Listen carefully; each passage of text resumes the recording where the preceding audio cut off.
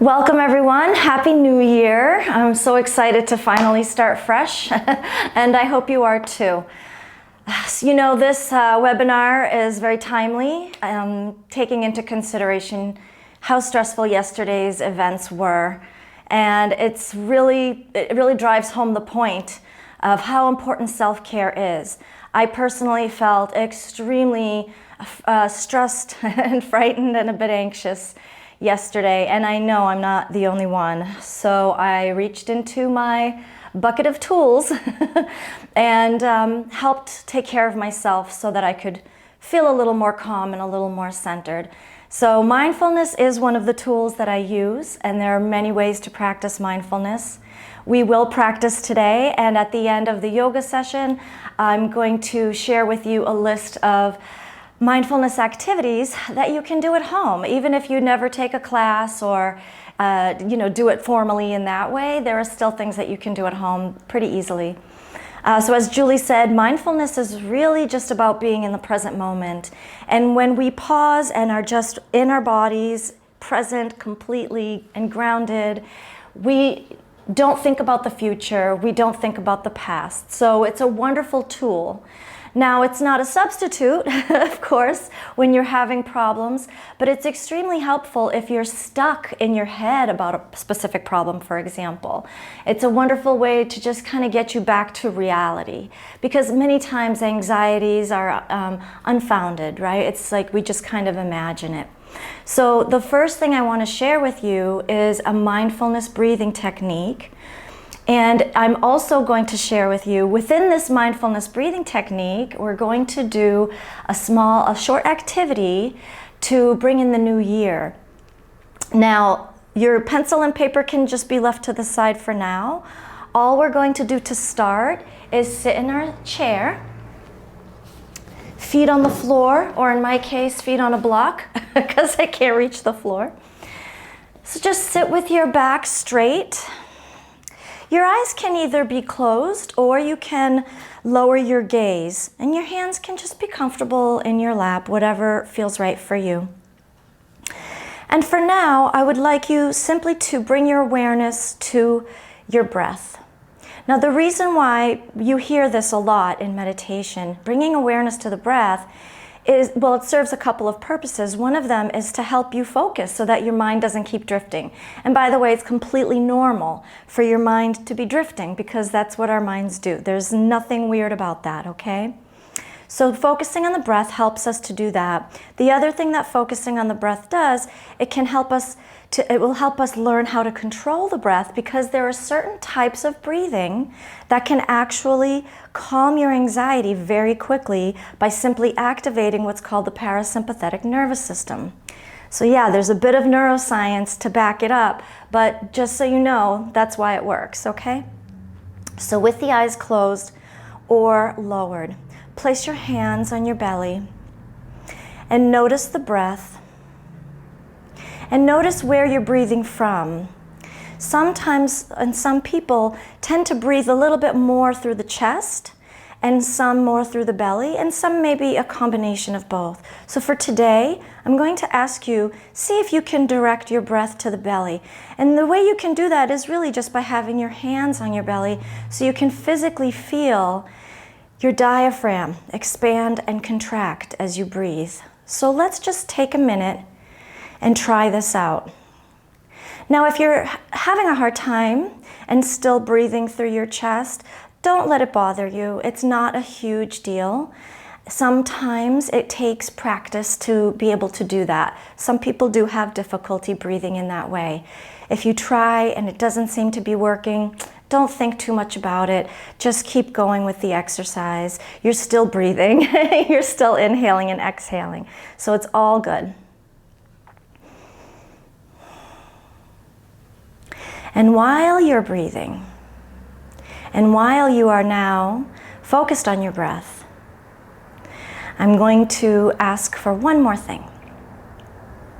If you can, again, don't be bothered if you can't, but see if you can maybe slow down your exhalation a little bit. So you inhale, and maybe you can count in your head. Say you inhale to the count of 4 or 5. See if you can get your exhalation to elongate so that it goes to the count of 6 or 7 or 8. Try this for 30 seconds or so.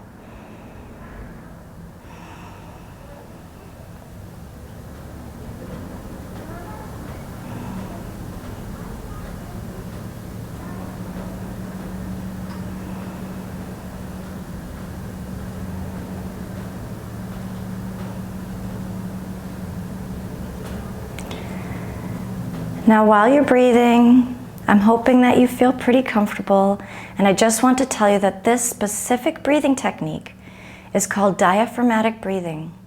You can do this anytime you want, and it can definitely help when you're feeling anxious, and it can usually help very quickly, within a minute or two. I usually get results within the first 60 seconds, so I'm hoping that you're feeling it by now. I'd like for you to also bring your awareness to your feet. Just notice them on the floor or on the block. Notice your legs on the seat. Notice your back against the seat. Right now we're just getting grounded, coming into our bodies. Notice how you're fully supported by the seat and you're safe in your own body. And we're going to do a short visualization for the new year. And the first thing that I would like you to do is think about one thing or 2 or 3, we'll say 1 to 3 things that you would like to release from your life. 1 to 3 things that are just no longer serving your highest good. And that can be anything. It can be a physical thing, an emotional thing, a mental thing. Maybe you'd like to release anxiety. Maybe you'd like to release stress. Maybe it's a situation that you'd like to let go of. And just think about it in your mind. What would you like to release? At the end of this practice, we'll be writing it down. So don't worry too much about trying to remember. You'll have a chance to write it down. And next, I'd like you to think about 1 to 3 things that you would like to bring into your life, bring into your universe. Some people like to use the word manifestation. What would you like to manifest? What would you like to bring in that you think would serve your highest good? What would those things be?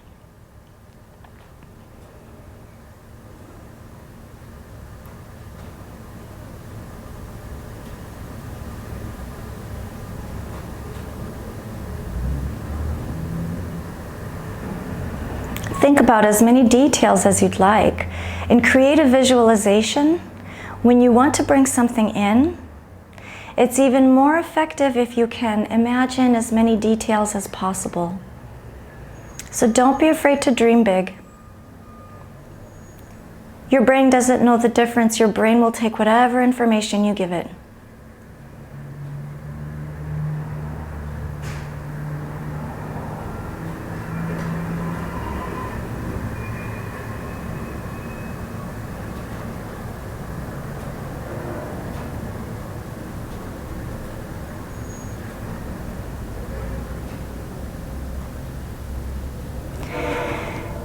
Next, what I would like you to do is slowly open your eyes, take your paper and pen, and I'd like you to write the list of the things you'd like to let go of on one piece of paper and the list of things you want to bring in on the other. If you only have one piece of paper, just make 2 lists and you can always tear it. So just take a minute to do that.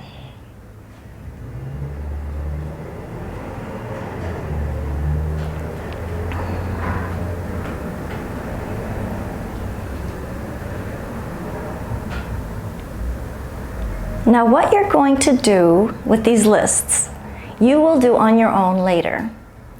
But what you're going to do is take the little piece of paper with the 1 to 3 things that you would like to let go of, and you're going to burn it. Now please burn it in a safe place. Don't burn it in your house unless you have a fireplace or a wood stove. Please take it outside. But it makes the ritual a little more interesting to visually see this list to burn away, to go up in smoke. It's kind of nice. And then the other list, you're going to fold up that little piece of paper and put it in a special place. And you can hang on to it for the year. And you can go back to it and look at it anytime you want. And maybe you can revisit it next, at the end of this year. Or you can, like I said, revisit it anytime, but put it in a safe place. I have a little safe place where I put my lists. And some people have an altar in their home, some people, whether you practice a religion or not, I think many people have little altars. Or even if it's maybe an area where you keep photos of loved ones, maybe a little vase or a jewelry box or whatever, just anywhere you think that it would be a good place. And that's it for that exercise. Now, usually when we practice diaphragmatic breathing, we don't always include this type of an exercise. I added this today specifically for the new year and just for you for this webinar. So I hope you enjoyed that. And we're going to go on to the yoga practice next. I just wanted to check in quick with Julie to see if there was something in between that I might have forgotten about. Am I good? Nope, okay. You're good. You're good. Keep going. Thank you. That was excellent. All right. I hope everybody feels pretty grounded now. I know I definitely do. So I'd like you to... So I'd like you to have your chair handy. Now I have my chair on the rubber mat so that it doesn't slide around.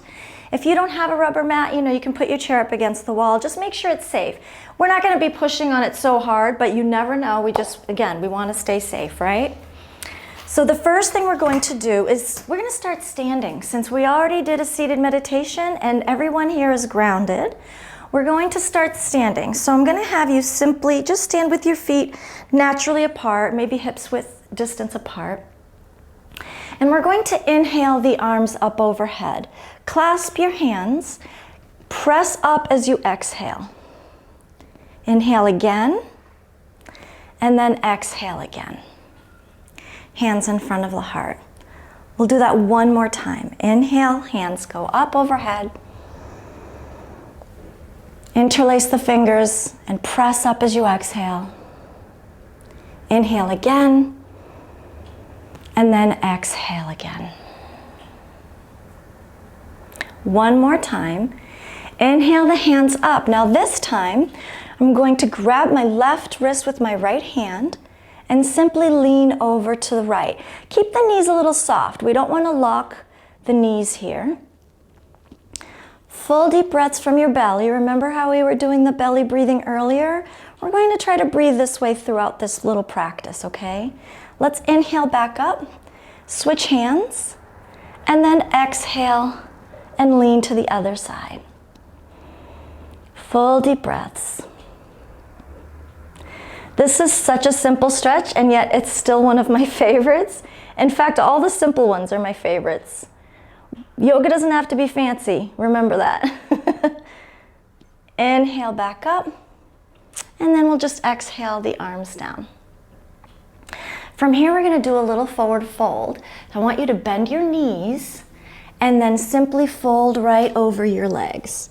I'll turn to the side so you can see what it looks like, but once you're folded over, you don't need to watch, okay?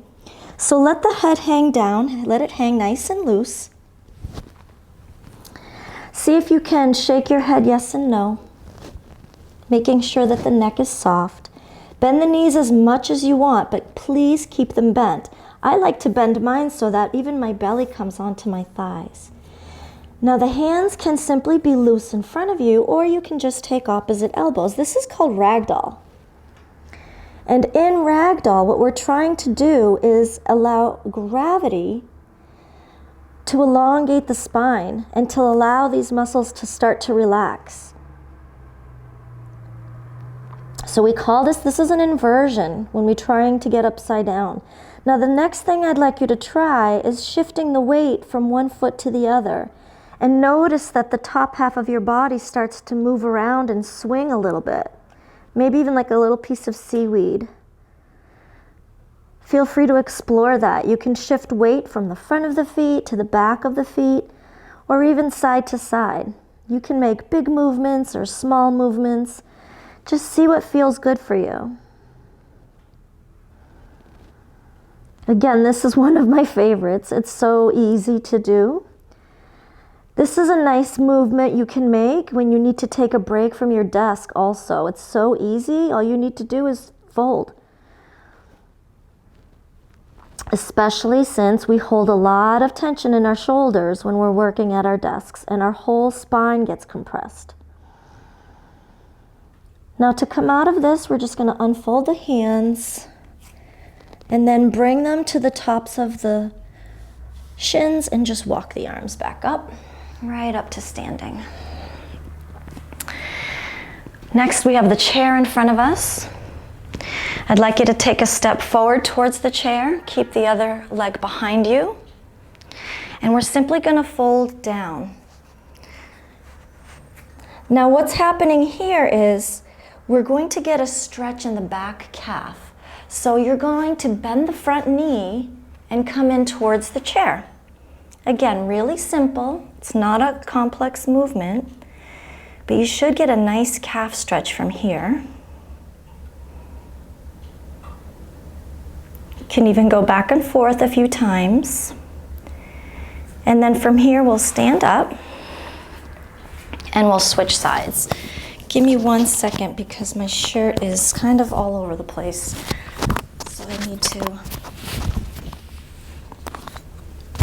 remove. My apologies. So we'll go ahead and take the other side. Now the distance between the legs is up to you because again, your body is different than mine. So you might need to have your legs closer, you might need to have them wider. Play with it, feel it out. That's the other thing about yoga. The movements are supposed to relate to your body and not what you see the teacher doing. It has nothing to do with what it looks like, but what it feels like. Great, and then we'll step towards the chair. And now I'm going to hold onto the back of the chair or the wall, whatever works for you. We're gonna do a little quad stretch too. So let's reach back and take the foot or ankle. If you can't reach back and take the foot or ankle, here's an alternative. You can simply place it on the chair, okay? If you can, we'll just take it and lift it back behind us. Take a few full deep breaths here.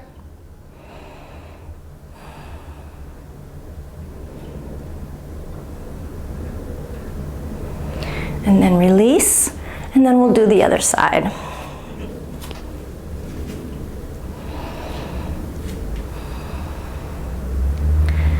I'm sure you can definitely feel this in your quads.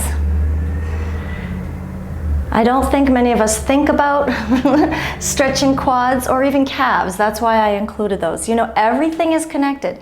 Even if you have pain in your shoulders, doesn't mean you shouldn't stretch your legs. And then go ahead and release.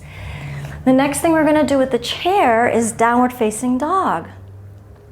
So you simply fold forward in the chair, walk the legs back until your arms. Now you might choose to hold the chair like this. I like to just place mine on top. Again, test it out, see what works better for you. And then you walk backwards until you feel like you know the upper half of your body can form a straight line. You can keep the knees bent if you'd like to make it more comfortable. I usually keep mine just a smidge bent. We call it a micro bend.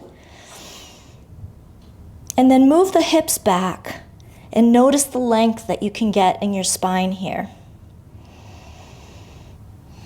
You might even feel it around the shoulder blades, around the entire socket of your shoulder, with your whole rotator cuff. Breathe through the belly, full deep breaths.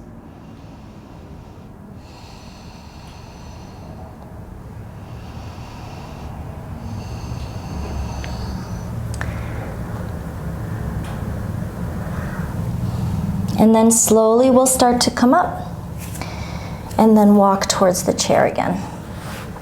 Now the next one we're going to do is triangle. So I'm going to, you can take your feet a bit wider and then turn them towards the chair, right? So I've got one leg in front. The back leg is at about a 45-degree angle, so it's not exactly perpendicular to the leg. And then I'm going to take my arms out by my sides, and so will you. Again, you don't have to lock the knees, keep them a little bit loose. And then you're going to come forward. This triangle traditionally is like this, but we're using the chair, right? So we're going to come forward and just place our arm on the chair.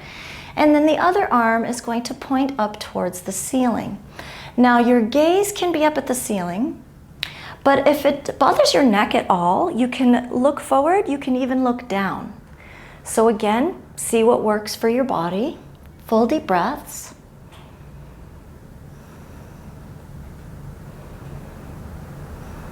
On your next inhale, we'll press both legs into the mat and come up and over.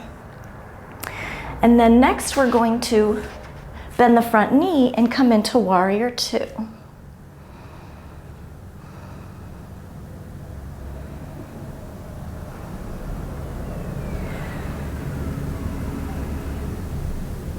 Once again, we'll inhale back to standing, and now we have to do the other side. So the best way to do that would be just step forward and then step back. So again, the left foot is facing forward and my right foot is behind me. I'm going to take my arms out by my sides, move forward, and come into my triangle.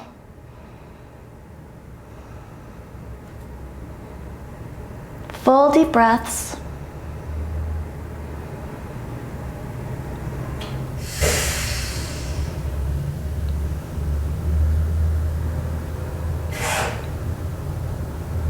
On your next inhale, we're going to press right up and then bend that front knee and come into warrior two. Full deep breaths here. Press the back heel into the floor.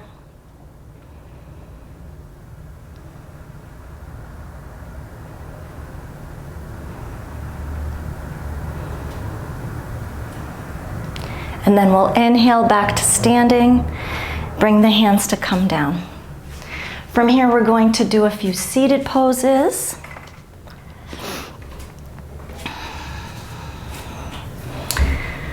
So the first one is cat-cow. I know we've done this one before. Again, one of my personal favorites. Cat-cow is meant to undulate the spine. We want to get movement in the spine. So we're basically moving it. Imagine you're moving your ribs back and forth, okay? You can hold on to your seat to do this.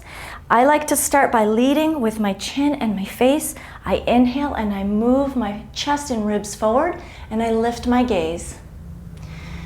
As we exhale, we're going to round the back, allow the chin to come to the chest. Inhale, come forward again. Exhale, round the back. Inhale forward. I want you to continue at your own.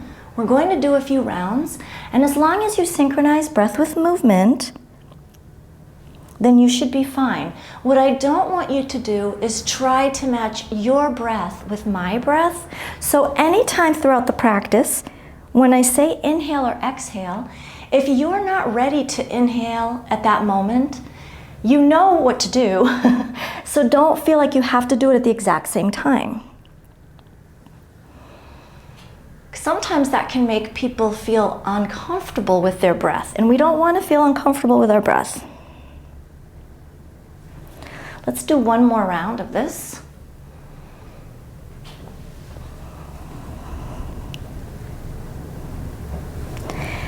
And at the end of your second round, we'll just come right back to sitting. I'll give you a second to join up. So the next pose we're going to do is take a twist. So just place your right hand on the outside of your left thigh and your left hand will turn behind you. Now you can hold on to the back of the chair. You can maybe go further. It just depends on you. You can even hold it this way. So the stretch is, or you can even do this. You know, it just depends on how much you're able to twist. You might even grab the other side. Now in the twist, we want to lift the chest a little bit as we inhale and twist as we exhale, because we do want to try to keep the spine straight. And again, we're breathing fully and deeply through the belly here.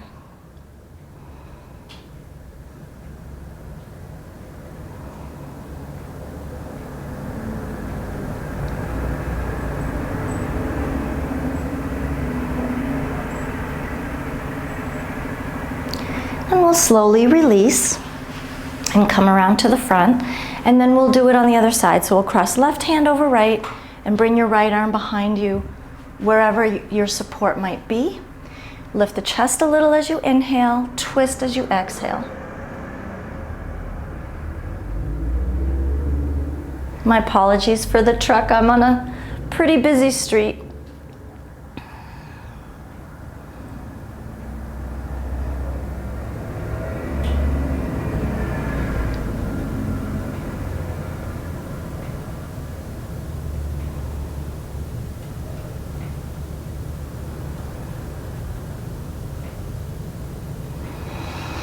On your next exhalation, slowly we'll make our way back to the front.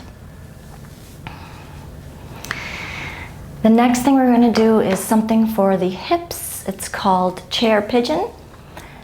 If it's possible for you, if it's available to you to do this, we're going to just sit like this. If this is not available to you for any reason, see if you can place your foot maybe on another chair. I'll show you what that looks like, because I know not everyone can move like this.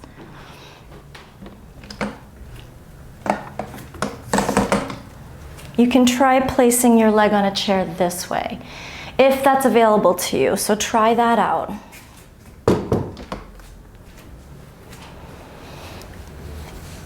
And then the rest of us will do it like this. You're going to keep the foot flexed.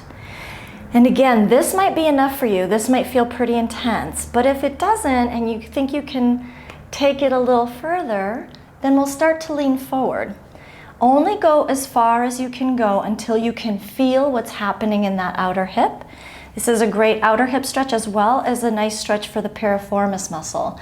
And if you're not familiar, the piriformis muscle is the one that can cause sciatica if you are not stretching. It can also become inflamed, and that can cause sciatica. So sciatica is really an illness of sitting too much. And so we have to stretch these muscles. Now you might notice as I'm talking, I'm going further and further in my fold. This is probably going to happen to you as well. And this is why I like long holds for poses, because we can really take our time and breathe into it and be patient with our bodies so that our bodies can let us in when the body is comfortable, if that makes any sense. If you push a muscle too hard to try to stretch it, and it's not quite ready, it will actually tense up more. And that's where you can cause injury. So the beauty of a slow practice, because I know my yoga is not like other people's yoga. It's not like the trendy yoga. This is old school yoga. We take our time and we really connect with our body. That's how we learn what we can do, what we can't do, where our pain is, what needs attention, and what does not. Slowly, let's start to make our way back up. And we'll change sides.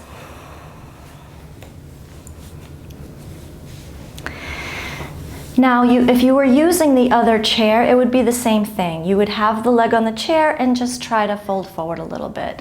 So let's do it on the other side. You might notice that one side is different than the other. I always notice that one side is different than the other. Always. I don't know if I'll ever get them to match up, but that's normal, right? It's normal for everyone. These are our bodies, and this is how our body works. So full deep breaths, take your time.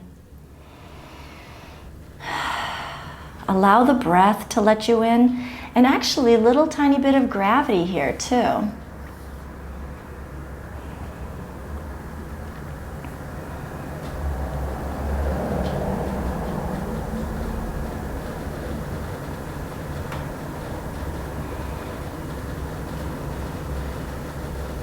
Notice if your body's letting you in. Notice if your body alternatively is resisting. If your body is resisting, maybe back up a little bit or back off a little bit. For every yoga pose, that's what I always tell my students, find the edge of your pose and then back off a tiny bit so that you're inviting your body, not forcing.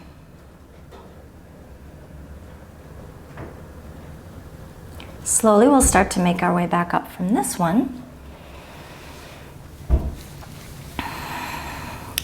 And then from here, I'm going to move forward in my seat.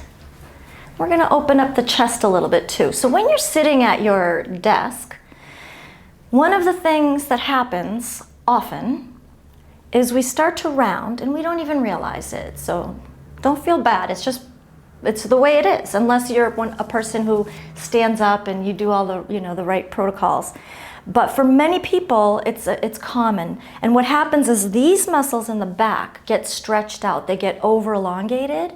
So for the back muscles, it's better to use strengthening exercises. And you can do that at the gym with weights. And also in a yoga class, we also do back strengthening poses. And the other thing is you want to open up the chest because these muscles, especially the pectoral muscles, get really tight. They shrink and they tighten. So we need to open the chest as well. So we're going to take our hands behind our back. If it's available to you to clasp your hands, please do so. If it's not available, just take the back of the chair, not a problem.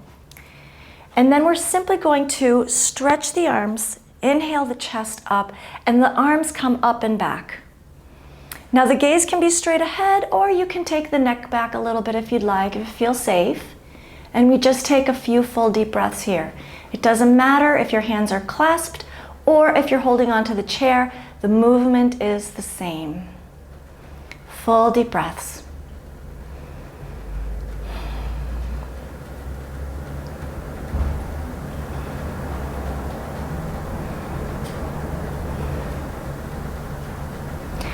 Slowly start to release. Bring your hands down to the low back. Release. Wonderful. So one more thing we're going to do, well, we have a couple of things actually. So another thing we're going to do is a few neck rolls, okay? But neck rolls, the way I do them are a little differently. First of all, we never roll our neck all the way around. It's not quite safe. So what we do is we will let our chin drop to the chest, and then we're going to roll up one side, exhale, inhale up the other side, exhale. We'll go back and forth like this a few times. So let's start with an inhale. Exhale as your chin comes to your chest. Inhale as you roll your head up one side until it feels like your ear is parallel with your shoulder. And then as you exhale, turn and look down, roll back to center. Inhale back up the other side.